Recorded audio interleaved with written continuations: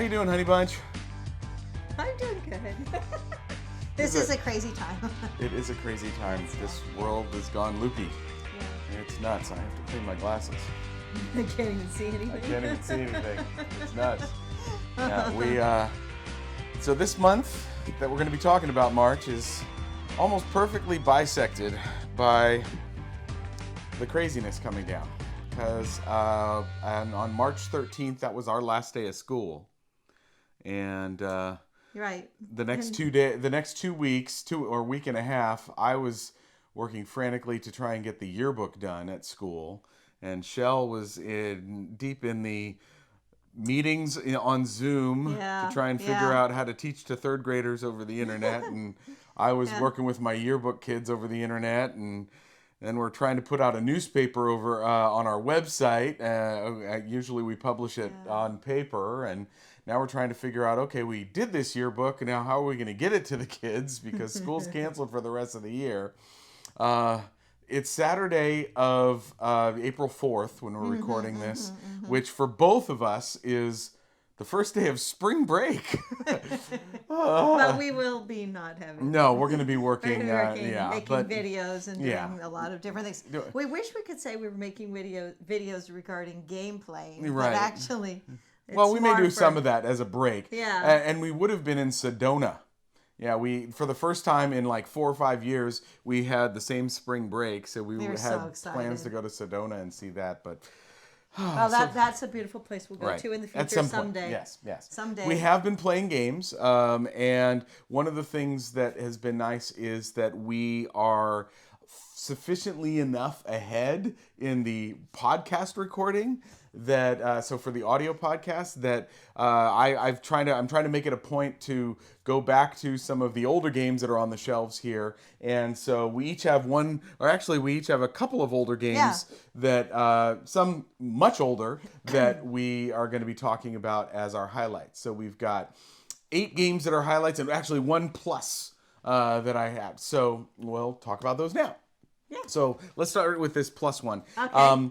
So one of the things that before school went crazy is my kids in multimedia journalism are working on a long-term project, and that means that the timing of it is such that some kids finish a little early, especially the third submission, which is what this was coming to. So maybe they have a class period or so, and I'm like, okay, well, what can I do with them that's educational where I'm not giving them another project to work on or something like that? And so we pull out games. And so my plan, and it was a dastardly plan, was to introduce them to CABO first, which I did, and then move them to silver after that, because that has then powers and stuff. So that was my dastardly plan, that only the initial stages started, but CABO went over really well. And I was really happy to see that, and that was kind of fun to pull out. They were like, Mr. Garrett, can we try that again? Let's play another round.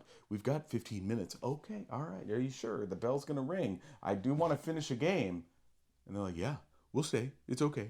All right, okay. All right, we're going to stay. So CABO was a nice addition before everything went insane.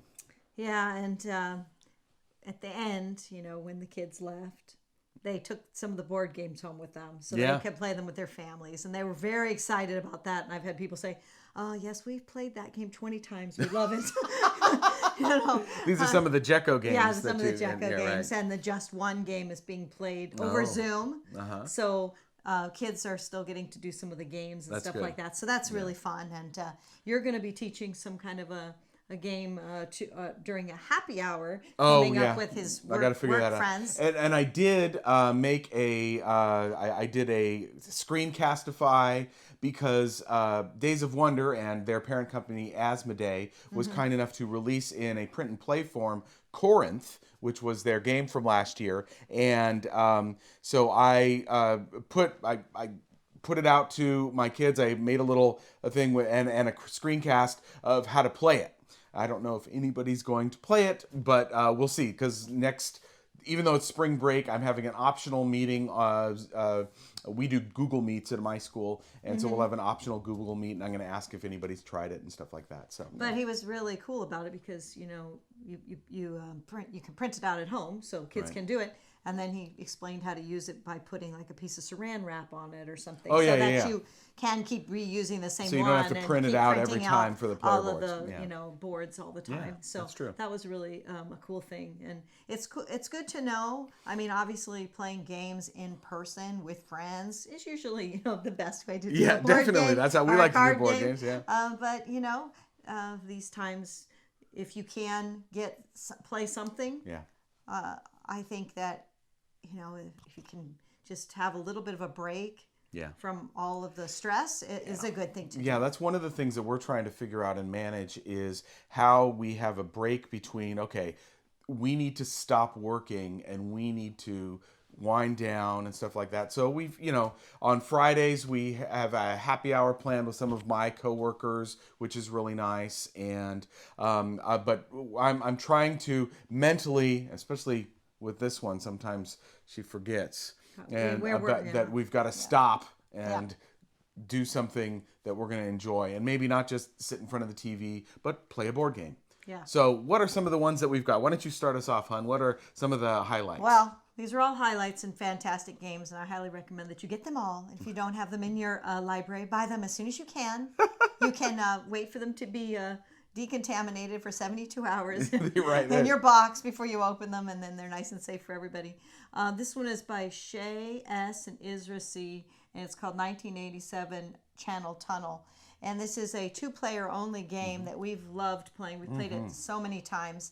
And one person represents Britain, and one person represents France. Yep. And you're kind of in a little bit kind of a race and towards getting to the center. Yeah. But it isn't just that, because you get to the halfway point doesn't mean you actually are the winner. Right. Because you're drafting many cards and you're Well, you've got these little circles that you're using as your actions, and what's really cool is that you have to use more circles than are currently on the action. So if you're doing a particular action, and nobody's on there, you can just put one of your wooden circles on there, or you can put more. Yeah, it depends on the piles you take, because you're drawing from a bag, and there's different colors, and you have to put all of one particular color onto a spot. And what's kind of interesting as we've played it more is, first off, we were like, oh, well, I'll just put one. And then Shelley could put two. And then if I want to do the same action, I'd put three. But then you realize, oh, you know what? I want to do that action. And I want to also make it so that it's more difficult to do that action in the future. So I'm going to put 3 on that. Okay? And then, oh, Shelley doesn't want to commit to that. Well, now, what's the other part is, I'm going to put 4 on that one that I put 3 on, but I get the ones that were on it back. So that interplay is really cool. And there are 2 cards that have permanent actions, 2 different actions, and one or the other. And then there are other cards where you could do, and when you do that, either you do the action or you take the card, and then they are out of the game. They're used. And so it's really interesting. It's what I like about looping games, and the San Francisco earthquake one is also really good, is that they are, look at that box size. Small. Tiny. Bigger games than the box that they're in. Most awesome games. I mean, I think this one's so much fun. Yeah. There's the thought of, okay, well, I have this many of yellow, so I really want to go to this column with my blue to get some of those yellow, so I can make that one taller, so I can get some better action later. Right. So you're constantly thinking about how to get the best thing and how to utilize the cards and in which capacity to utilize the cards. Right. They have lots of options, and then it's a really lot cool of fun. stuff. I highly recommend this game. All right, 1987 Channel Tunnel. All right, my first one here is one that's gotten some really good reviews. We've done a lot of roll and writes, or in this case, draw and draws. This is Cartographers. We've just gotten one play of it in, but I really enjoyed our first play. And on this one, you are going to be drawing different Tetris-style shapes, and you have scoring over the course of spring, summer, winter, and fall. And in spring, the first and second scoring is going to happen, and then in summer, second and third, and then third and fourth, and then fourth and first. So you know what's going to score and when they're going to score. So you want to set up for the best scoring that you can have, and you're trying to earn the most points by positioning things based on the various types of scoring. And it's possible, it's all cards for the scoring. So it would be possible that, what is in the first slot in one game might be in the fourth slot in another game, and because you're just mixing and matching and taking one of each type. And so that really adds to the game. So, I was surprised. Cartographers is a better game than I kind of thought, given kind of this quasi-fantasy realm, and it's a role player title. And what I've heard of role player, it's not really one that would appeal to us. I know it wouldn't appeal to her. But Cartographers was really good. And this is by Thunderworks Games, designed by Jordi Adan. I would definitely say, it's cool because it's not just draw this one shape in your area. It's there's two options on the card. Oftentimes there's two options or two types of terrain that you're drawing inside the Tetris piece. And you're trying to get certain terrains maybe on the edge of your board, or maybe you're trying to get a blank space surrounded by some other type of terrain. So you're just working towards all different types of things, but you're trying to work for them at the right time because they only score at a specific time. Right, definitely. Well, Doug was picking out games. He's like, what do you want to play, Shelley? The Magnificent, because it is magnificent. I do love this game. It's so much fun. It's really good. It's got the Tetris style stuff that a lot of some of the Cartographers and other games have. But you're putting on a Cirque du Soleil type of performance. Right. Mm-hmm. You're using gems in unique ways. You're drafting cards in unique ways. You're getting helpers to do certain things.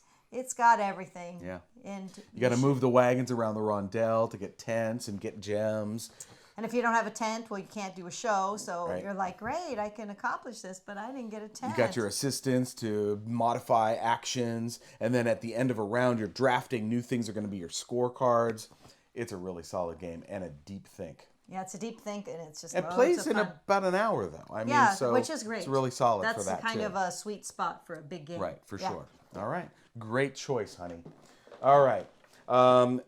This next one is another two-player only game. This is Mandala, and one of the cool things about this, and I'm going to just open it up real quick. It's very beautiful. Yes, it's very beautiful, and it has, instead of a cardboard board, it's got a cloth board, and so you've got these two mandala places that you are building, and you are going to place either in the middle of the mandala, or you're going to place on the side, and as soon as a certain number of cards are in the mandala, then it resolves, and you're going to score for you're going to put cards in your score pile.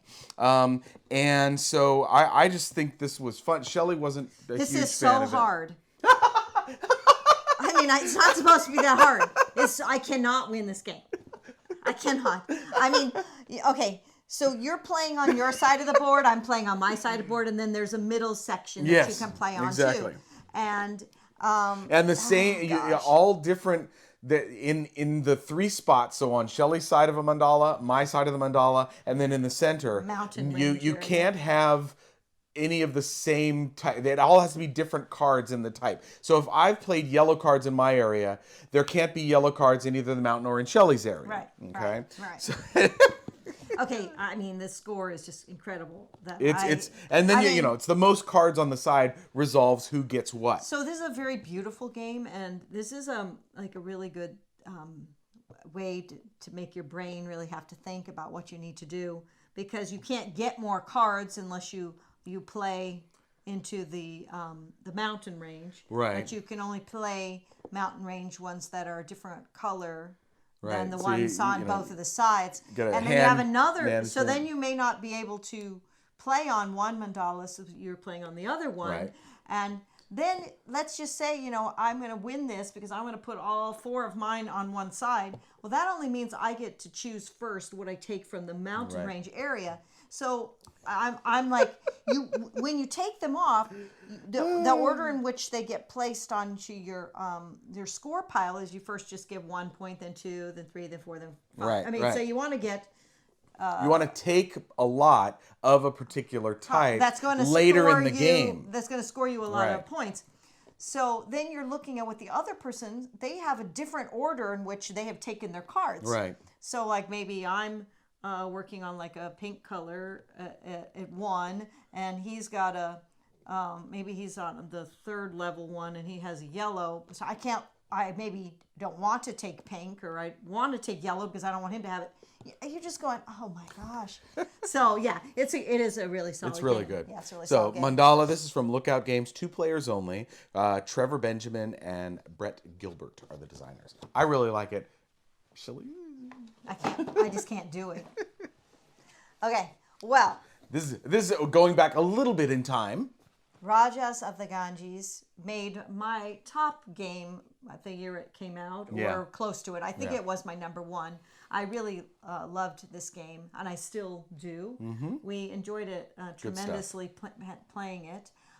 This is the brands, Inca and Marcus Brand, the designers. R&R Games. Okay, so that makes a lot of sense. And you have 2 different tracks, and money, and then what is it, fame or something like that. And you're racing around, and as soon as they meet, that is what triggers the end game. And it's whoever got them to meet, if somebody else didn't, or somebody's else didn't. And if both people are able to get it to meet in that same round, then it's whoever got the furthest past after they met. So you could maybe just be going more fame oriented and keep your fame going. Or you could go money oriented, or you're kind of going both. There's always something that you can do. But of course you're spending money to do some of the actions, right? And this is a dice drafting game where, and sometimes you're placing 1 die to get 2 of a different color, and different places have different colors and so on that they need. It's a really solid game. And different values on the dice matter. So to go along the river, you can only have values of 1, 2, and 3, and depending on if you're going in first and or later. And you roll them as soon as you get them. Yeah. So you're constantly getting these dice. So that's a whole lot of fun to keep rolling dice, and then you're putting them on the little I forget the goddess or the the god. Everybody has their goddess board where you're holding all of your dice, and you can use them in any time. Right. It's really solid. Again, about an hour play. Yeah. And probably the one knock, and it's not really a knock, but it does take a little bit because the board's kind of gaudy. To kind of figure out, it's busy.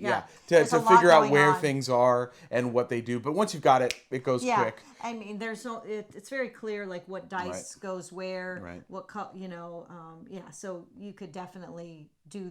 You have contracts. Yeah. It has everything. One of the reasons that I wanted to get the game out to the table again is that an expansion has come out, or like this treasure box with a bunch of different little expansions. So at some point, I'm going to get that. We have to. And it's nice to remain familiar with the game, so that when that comes out, we've got that. We'll be excited to play this with some expansions. All right. Sure. Speaking of R&R and heavy games, my next one, Mombasa. Now, we hadn't played this in a while. This is Alexander Pfister, of course. This is, Shelley said when we got this out, then the first time, we played this a couple of times in a row, which is really, I think, important for a game of this depth and weight, is that it felt like work the first time. Oh, it's so hard. Because, you've got this hand of cards and you're kind of programming your turns, and you have 4 slots available. Is it 3 or 4? 3 or 4 slots available. And then depending upon how far you're able to get either your diamond marker or your book marker in the library, you can open up more slots for programming, and then the cards can work together as you're doing various actions on the board. And it works as kind of a stock game, because you're trying to build up your influence in a particular company, as well as get its buildings, its offices onto the map. Shelley says that this was work, but she won a lot. But by only one time by 1 point. Right, by 2 points. And the other time and she was like, I'm doing horrible at this game. And it was great afterwards, because I could be like, but you won by 2 points. And then she would still say, but gosh, it was so hard. But you beat me by 2 points. But this is the issue with the game. you want to, of course, have suboptimal plays each time, and you want to have optimal, not suboptimal. Well, okay, no. Yeah, okay.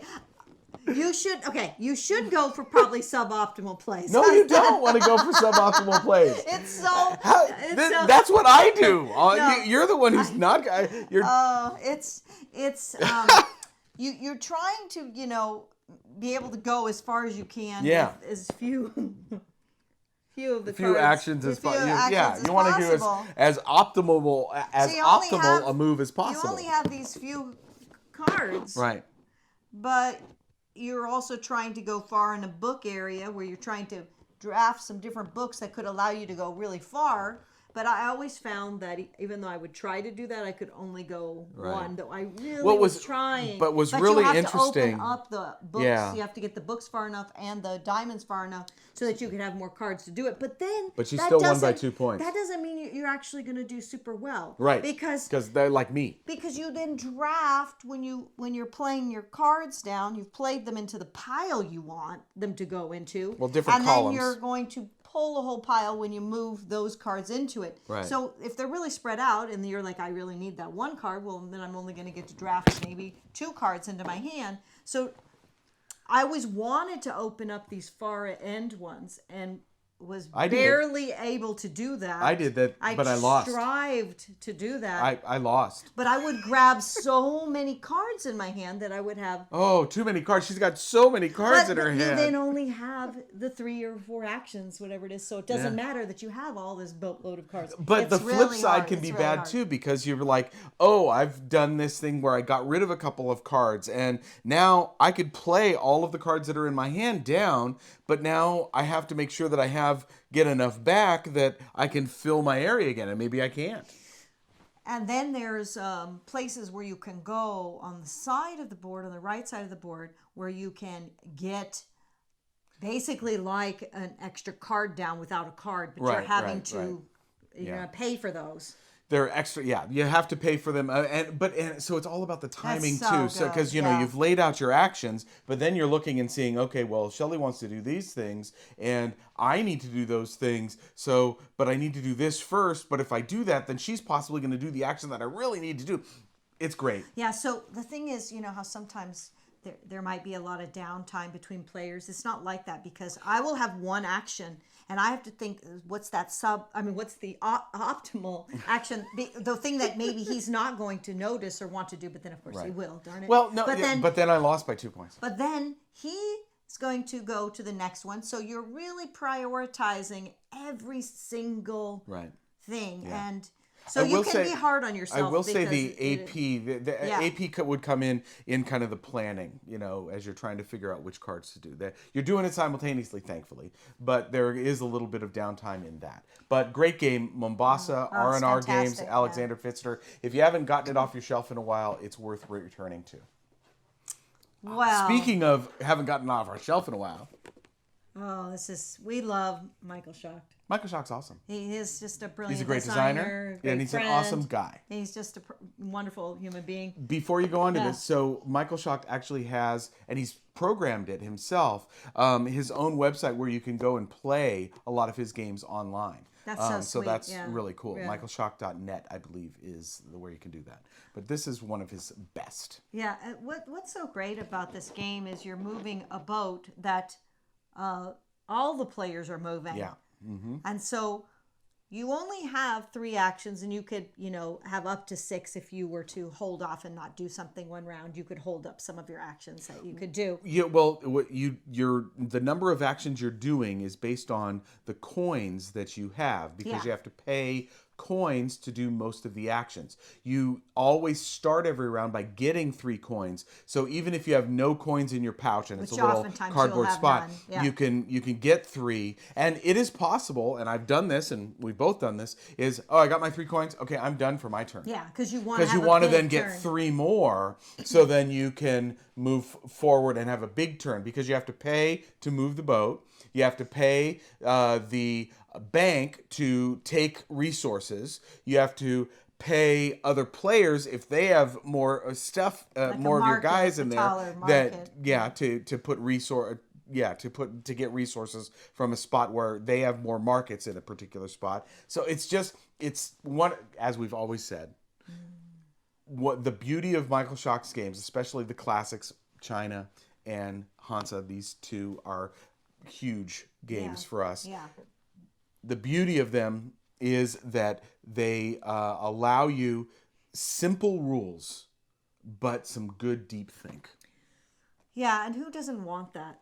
Yeah. I mean, seriously, you know. Quick to teach, but the decision trees that you've got just a few decisions to make, but the options and possibilities are really cool. So you're either picking up stuff or you're moving through areas or you're trying to get to your market where you can then turn in some of your barrels so that you can then take some of your market strength out. Right. So that you can score. Right. So it's just it's really cool. And the beauty is there are alternate maps that have been done for Hansa. And those, I think, are available on the website, so you can check that out, too. Yeah, definitely. All right. Hansa. So that was your last game. So these were our way backs, if you will. And this one was a way, way back, though it has just been recently republished as U.S. Telegraph. But it was originally published as Attika from Hans im Glück, and this is Marcel André Casasola-Merkel. And I had been wanting to get this to the table for a long while because I remember loving it, and I didn't realize how many times we had played this game. Crazy. But we hadn't played it in like 13 years. But didn't you say we played this game like well 40 over times? 50, I think. No, close to 50, yeah. And it is just a really amazing two-player especially game because there are two ways to win the game. The first way is you have tokens, cardboard tokens that represent different buildings. If you are the first to build all of your buildings, you win. The second possible way is there are different layouts depending upon the number of players. And at the edges of the layouts, if somebody is able to get a continuous line of their buildings connecting one temple to another temple, that's a win. And we played this kind of 3 times in a row, and I was able to win twice by getting all of my buildings out. And then Shelley eked out a win by connecting the temples. Thank goodness. No, it is a lot of fun. It's interesting because if you're drafting your pieces, and you're then trying to put certain buildings next to other buildings depending on the columns or the if it's the not the river, but there's a winery area, a river area. So the buildings are kind of in groups. So you have your main city building, so Thebes or such. I think you were Athens, and then there are buildings that the arrows point out. And if I build something at the end of an arrow that something is pointing to, whatever building is being pointed to, I can build that for free as long as I build it next to that previous building. So for example, streets are actually in a circle and point at each other. So if I've got one street down, as long as I can build orthogonally next to it, then I could put all at 3 streets down if I'm building it up. And there are 2 different types of actions. There's either drawing from the 4 different piles that you have, and you can either immediately build, if it's possible, with the resources that you have, which are on cards, or next to something that was already previously built that you can build next to for free, or you place it on your player mat, if you will, and then the other action would be to build 3 times from your player mat of things that you had previously drawn. Any action of that drawing or building from your player mat that you don't do, you take cards, and those are your resources. So it's just a really, straightforward, solid game with some cool little think and spatial stuff that Shelley was able to beat me at. No problem. At one time. But you did the cool win. I mean, building all of the stuff out on the board is, it's satisfying. But to be able to be like, I'm sneaking up. Is he going to be able to block me? And I couldn't. Well, the only thing is, it was because of the streets. Well, you were just awesome. No, you're always awesome. So the board keeps getting bigger, and you have to decide when you finish a pile, a stack of 4, Get a new land space. You earn the landscape tile to put out. And you did give me a really good suggestion, because I was trying to get those right away, but you actually only want to put them out when it's really going to benefit you. So then maybe taking your other building from a different pile would be important, because you're like, wait a minute, I want to try to sneak up around the back so I can get to the other temple or whatever it's called. I did not like that. And so you want to make sure you're putting those pieces out at the right time. Right. It's fun. It is fun. So those are our highlights of games that we played in March. I would strongly recommend that you pull some of those evergreen titles that you haven't played in a while. See if they're still evergreen titles. We were very happy to get these back to the table. And I'd love to hear down in the comments I'd love for you to subscribe, ring the bell, and let us know what your games are that you're playing in this crazy time. Guys, stay safe. We'll probably do a few more of these, since, we're kind of ensconced in the Garrett Ganshaw household. We never get to leave. We leave for We've done Costco runs. We got chicks today. Shelley's doing chicks for the classroom. So that was our highlight. Maybe in the next video you can see them. Yeah, maybe we'll really care. Yeah, maybe later on in the week we'll put up Shelley's chicks. That'd be fun. You could wear your How to Pick Up Chicks shirt. Yeah, that's a really cute Which has got little baby chicks, and somebody picking up a chick. Yeah. All right, that'll do it for this recap of March. We look forward to hearing from you. Again, stay safe and take care of yourselves, and listen to the podcast. Remember, garrettsgames.com is where you can where you can listen to the podcast, which comes out every week. And this week we are on 7/18. Woo! All right. Bye, guys. Bye.